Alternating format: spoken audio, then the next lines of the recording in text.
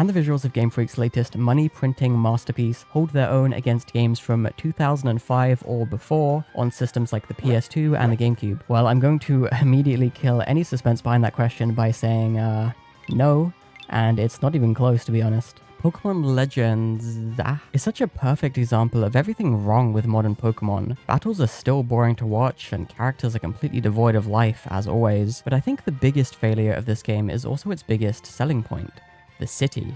Although I don't think it's an inherently bad idea. Yes, Pokemon games tend to have multiple cities and vast spaces between them, with a huge variety in biomes and interesting areas. But last time I played a game that had a strong focus on a single large sprawling city, it was incredibly diverse and engaging. What's more is that game can run on the same hardware as Legends ZA, and while Cyberpunk isn't even in the top 100 highest grossing media franchises, Pokemon is literally #1. So it only stands to reason we're in for something incredible here.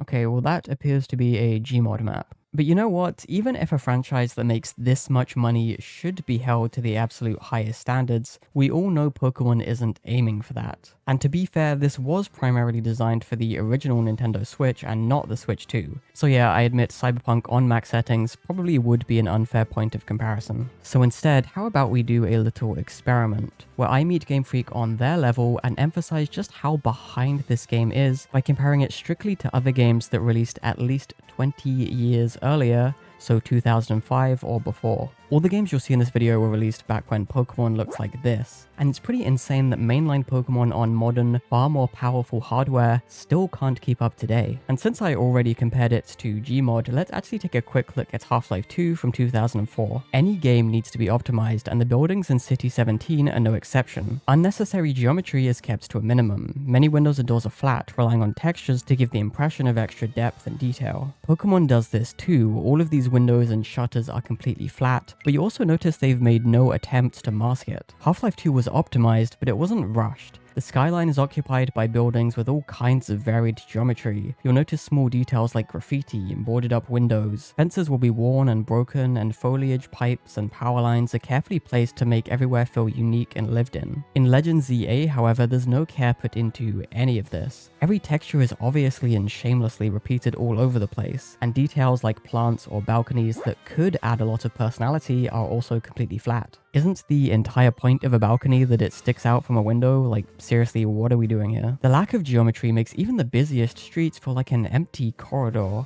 And when there's barely any sign this place was designed for people, to live here and to earn an income, can you even really say that it resembles a city? Everything is so samey, no matter where you go or how the weather changes, or even at night, which is literally a core mechanic in this game. The city never makes any attempts to feel alive. Sure, if you don't care to make the world feel lived in, most of this is ultimately just decoration, but they barely even bother to make a distinction with important buildings. Hotel Z is a core location you'll enter multiple times, and not only does entering it still require a loading screen, the door doesn't actually open, and it's not even modeled. Why would a key location be designed as if it's a background building? When the world responds to the player, it contributes a lot to making the map feel like a believable place, and not just a video game level. I don't think you need to be able to interact with everything, and gameplay genre is an important factor here, but it would be nice if there was any attempt to make an immersive world in Legends EA. Another thing you'll notice in Half-Life 2 is how alive all the characters feel. Every interaction comes with performances that really sell what the characters are saying, and they interact with the environment, whether that's simply pointing to something nearby, physically picking up an object, or opening a door. It really helps sell the idea that this is a real world and they're living in it. Even now, during these interactions, there's a part of me that genuinely believes these people are real and worth protecting, and it makes it that much more devastating when someone you might have been able to save gets slaughtered right in front of your eyes. It really is masterfully done, and while I don't expect Pokemon to be on this level, I would appreciate anything, literally anything, at all. I have never in my life seen a character-focused RPG series less concerned about selling you on its characters. For the most part, everyone has the same stock animations that are sprinkled in between long stretches of flapping their lips during silenced dialogue segments. Even series you don't tend to associate with voice acting have been using it in important moments for over 2 decades now. Hey Mario. And since the main excuse for the Pokemon games being rushed is that the series is much bigger than just video games, you don't think you could harness all those voice actors you're you're already paying to work on the series? Voice acting is by no means a requirement to tell a great story, but why are we setting up these scenes as if they should be voice acted only to not follow through? So I do think this is primarily a visual issue. They go out of their way to make the silence awkward when other games have been doing this right for like forever. San Andreas has more than its fair share of janky animations, yet during dialogue there's so much care put into giving everyone their own unique voice, their own way of moving and thinking, and their own feelings. You know, those things that make characters worth caring about. Pokemon has these nice modern character models, and yet somehow this lump of polygons acts more like a believable human with real emotions. The story in San Andreas isn't pure exposition told through on-screen text. There's a lot of creative cinematography and important props the characters will actually interact with. These models barely have hands, and you'll notice they pick up things in the environment just fine. I keep mentioning characters picking things up because in Pokemon, they don't interact with the environment, or pick anything up, or show any sign of caring about their beloved Pokemon. Even the main character can't go up an elevator without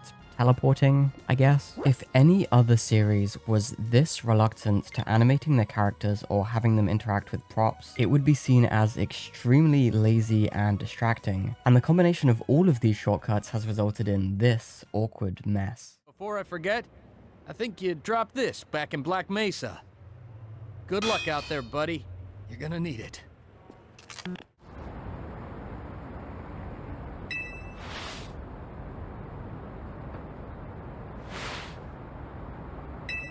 And speaking of people, if you've ever been to a city, you might have seen things such as people, and maybe even cars if you're lucky. If I went outside and didn't see either of these, I would be pretty happy actually, but it would certainly feel quite apocalyptic as well. Luckily, Legend ZA is set in the thriving metropolis of Lumio City. Yeah, so this isn't just a city, but the capital of this region, which supposedly has the second highest population in the entire world of Pokemon, yet the busiest areas are about as populated as a random side street in GTA, without anyone actually moving or the dynamic traffic. Why does this place even have roads? There's like 5 cars in the entire city and they don't even move. This map literally references the infamously chaotic roundabouts in Paris, only to have them be completely empty. Now, I think it would be a fair statement to say that cars are less common in the world of Pokemon than real life, but if you're going out of your way to tell people this is supposed to be a thriving metropolis, it's a complete failure of art direction that doesn't come through in the final product.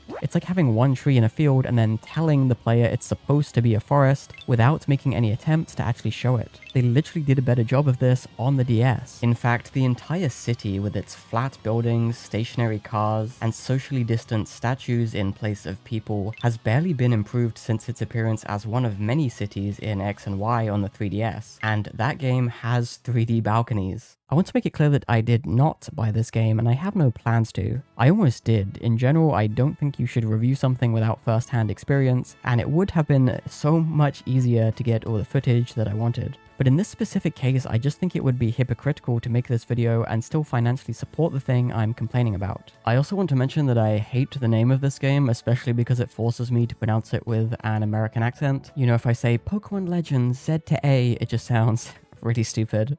But in the end, what I'd like to ask GameFreak and the people who support them is, when this is all said and done, would you rather the legacy of these games be repetitive, rushed slop that don't care for the world they're set in or the characters that carry these stories? Or would you prefer something that will be remembered, revisited, talked about, and celebrated for years to come? Or even, on modern hardware, something that really pushes the medium forward and, just like Pokemon used to, delivers an unforgettable experience like you've never seen before?